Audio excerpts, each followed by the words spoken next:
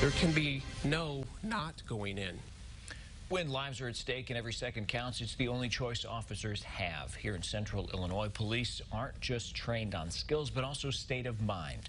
Good evening, I'm Paul Cicchini. And I'm Jessica Coons. Jennifer is off tonight. This weekend, dozens were killed when shooters opened fire at a shopping complex in El Paso, Texas, and a busy neighborhood in Dayton, Ohio. The news has people all over the country feeling rattled, including here in Central Illinois. The response from first responders during an active shooting can mean the difference between life and death. And today we learned how a change in mindset changes everything.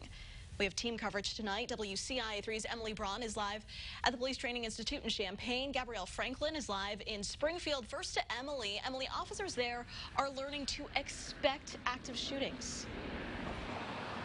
That's right, Jessica. Many officers that are serving your communities right now got their start here at the Police Training Institute. And in these recent years, they're not seeing this as a rare circumstance anymore. Instead, they're taught to treat it as a very real possibility. And their instructor told me if they cannot rise up to the challenge, they need to consider another career. Back in 1996, I went through PTI. I was in this very classroom, in fact. We didn't talk about active shooter back then.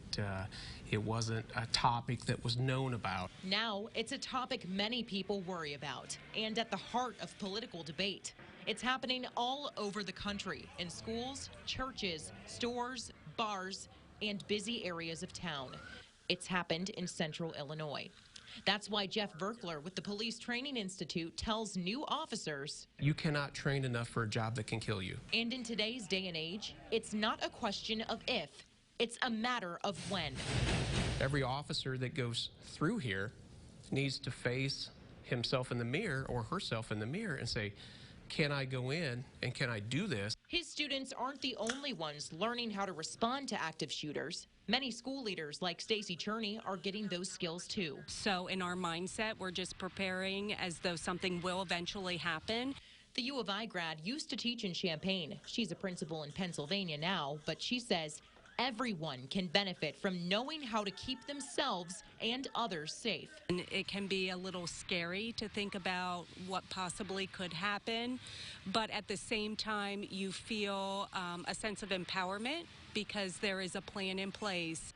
Verkler says people should feel confident in the quality of active shooter training officers get at PTI, but he hopes every police department prioritizes the money and resources needed to keep those life-saving skills sharp.